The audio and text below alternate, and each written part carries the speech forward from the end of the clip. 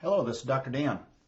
This short video is going to address some of the fundamentals of scholarly writing, including how to cite in text, not only effectively to improve your overall writing style, but also to help avoid plagiarism.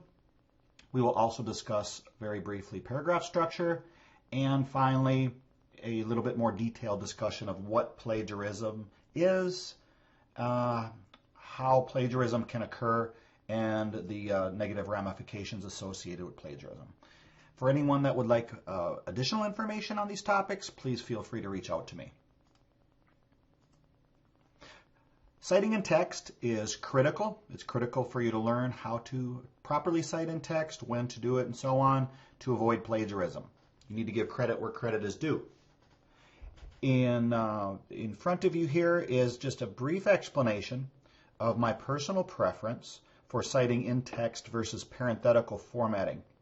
Both, according to the APA manual, are appropriate techniques for giving credit where credit's due. However, as you can see here down below, I have highlighted several benefits of citing in text. In other words, at the beginning of a sentence, or typically at the beginning of a sentence, but basically in the context of the sentence versus in parentheses, typically at the end of a sentence.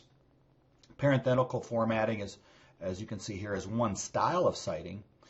However, I tend to describe the in-text style as being highly effective for many logical reasons. Some of those reasons include the verb following the citation that allows the reader to better understand what the authors did in the particular reference that you're citing. In other words, they investigated something, they discovered it, or they stated it. Those words can differentiate between them doing perhaps their own research versus maybe like a text where it's more descriptive or describing the work of others. Also, it's a logical order which promotes learning. So in other words, the reader, as they're reading along, instantly knows the information came from another source. Again, how the information was described, whether they investigated or discovered or whatever, and then what the information is. So it's in a logical order, and it helps promote student learning because when you're citing this way, you are essentially repeating information, and that's going to promote learning versus saying something and then just kind of plugging it in at the end. Again, I have other videos and so forth that goes into much greater detail on that. And again, it helps promote student understanding the content. So in other words, what exactly did the author do? What did they discover? Parenthetical formatting can also create redundancy. According to the rules, you have to, if it's in parenthetical formatting, you have to cite over and over again the authors. And you don't have to do that when it's in text. In other words, you can cite at the beginning, and then within that same paragraph, as long as you don't cite another source, you can use words like the author continued to say, and so on. So you don't have to be redundant by citing over and over again like you do in parenthetical formatting. In-text formatting can improve the flow of the document, and it also helps students avoid plagiarism. The reason why is because students have to be more precise in the way they're citing sources and describe the information that the authors did or investigated or described or whatever, versus what I commonly have experienced where students will state some information and cite at the end of a sentence, or even worse yet, at the end of an entire paragraph, and contained within that sentence or other sentences is information that doesn't even apply to the article. Maybe it's something the student did, and then they added in the same sentence a little information that came from the article, and it becomes very problematic, very confusing. Citing in text at the beginning greatly diminishes that and help avoid that problem. Fewer citing errors tend to occur, and that is again something from my own experience. And finally, students don't have to learn the two styles, especially if you are a student, or if your students are first learning APA style, let's say. Why have them learn both styles? Have them learn the one that is in text, which arguably is better, more effective. Have them master that first versus having to learn the rules, which are significantly different when you cite in parenthetical versus in text, including things like using the word and versus the ampersand and a whole number of things. So why not have them just master one style first? Learn those fundamentals, and later on, and I know several people might have an argument why parenthetical formatting is also good. Well, that's fine if you want to do both, but why, if students haven't mastered one style first, why would they want to do both? And then also, again, I have 8 very logical reasons here supporting the use of in-text citing. Here's a couple examples. I'm not going to go into these in great detail, but you can see in the first example, that's that redundancy I talked about. This Millen, Underwood, and Powell article had to be cited twice because it was in parenthetical, versus in text, it only had to be cited once, and then the words the authors also revealed were used. You can also see where that descriptive verb was used. They discovered in their longitudinal study. You can see also I was forced to provide a bit more detail. I state that it's a longitudinal study. So there's some different things that were done there as some examples for you. Next, paragraph structure. Now that you've ideally mastered sentence structure, then you move on to paragraph structure. And once again, I have great detailed explanations of this feat model that I created. In this explanation, I'm just going to show you just some of the basics. If you do not understand this, want more information, please ask me. Basically, the feat model consists of, it's a model that aligns with many other different types of models, but they're many times very similar.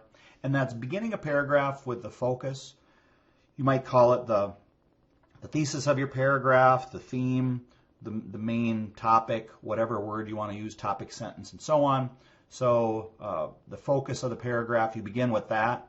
And then you move on in the feat model to the 2 E's in the middle, which is evidence, and then explanation and or example. And then finally, the T in the feat model is transition, ending a paragraph with a transition statement. If these elements of a paragraph are consistently applied, then your document will have a much more effective flow than if they are not. Many times I've seen where students perhaps even apply only one of these elements of a paragraph, such as evidence. So now all the paragraph becomes is a whole bunch of evidence, but we don't necessarily know the intention of the paragraph. We do not have any explanation of the information. There's maybe no examples for us to better understand the information, and then the document also begins to lack flow because there's no transition between paragraphs. So when you get a moment, read through these couple examples here, and you can see how I've used some of the basic approach, which is kind of like one part of each element of the feat model, and then in the second paragraph where I kind of go back and forth and use a couple different elements. This is probably more, this example, the second example here is probably more realistic. Now let's transition into plagiarism, perhaps the most important part of this video. What is plagiarism? It's a use of other person's words and ideas and credit them as your own. You can go through these examples here and perhaps even look up the references. I will also point out that unintentional plagiarism, which is many times used by students and others, it's still plagiarism. As an example, one of my colleagues once told me and used, I think is great, is if you walk into a store and unintentionally put a candy bar in your pocket and leave the store, if the police end up stopping you, if security stops you, the ramifications are still the same. It's still theft. Same with plagiarism. If you claim to unintentionally have done it due to lack of knowledge or whatever the reason may be, it's still plagiarism. It's still, in this case, theft of someone else's ideas and claiming that they're actually your own. So that's very critical to understand. There's no excuse per se for plagiarism. You should know what it means if you're in an academic program and if you're writing and so on. And then self-plagiarism, just another example of plagiarism. It's still plagiarism. It's just that you're plagiarizing yourself. You're reusing, recycling your own work and not crediting that initial work. So that's also perhaps what you might want to consider an academic integrity or an ethical issue, because you're generating what is supposed to be new work, particularly if you're in a class, and claiming that it's original work. Why does plagiarism occur? I think this is good for both students and faculty and others to understand. Is due to procrastination. Maybe you're in a hurry, you need to get something done, so whoever is writing, students, faculty maybe even for journal articles and such, if information's plagiarized because they're in a hurry. For students, if there's pressure to pass a course, you need to get something done and done at a high level so you can get a good grade, and so you're pressured into doing so. And also, if you do fail, of course, tuition is very high, and it could be loss of time and money if you fail out of a program. Perhaps it's due to lack of organizational skills. So the student just doesn't know necessarily how to write, how to organize information, and so on, so they are plagiarizing. And that's perhaps a common reason for that, or a common outcome is what students would refer to as, again, as unintentional plagiarism. But again, lack of knowledge, lack of the skills is not an excuse for plagiarism. It's still plagiarism. Everyone else is doing it. I would chalk that up as if students are not, if there's no ramifications, no negative ramifications associated with plagiarizing, and students see others doing it, and maybe they have the impression that there's no ramifications, that it's okay to do. So they might give that reason or excuse. And added to that, of course, is that assumption of not getting caught. Maybe it's just, hey, it's like driving over 55 miles an hour in a 55 mile an hour speed zone. Everyone does it, no big deal, might as well do it, I'm not going to get caught anyways. It's still plagiarism, and the ramifications are still significant. And many times students or others will get caught one day. There's plenty of evidence for that, which I'll go through in just a brief moment. A few other reasons: students don't understand.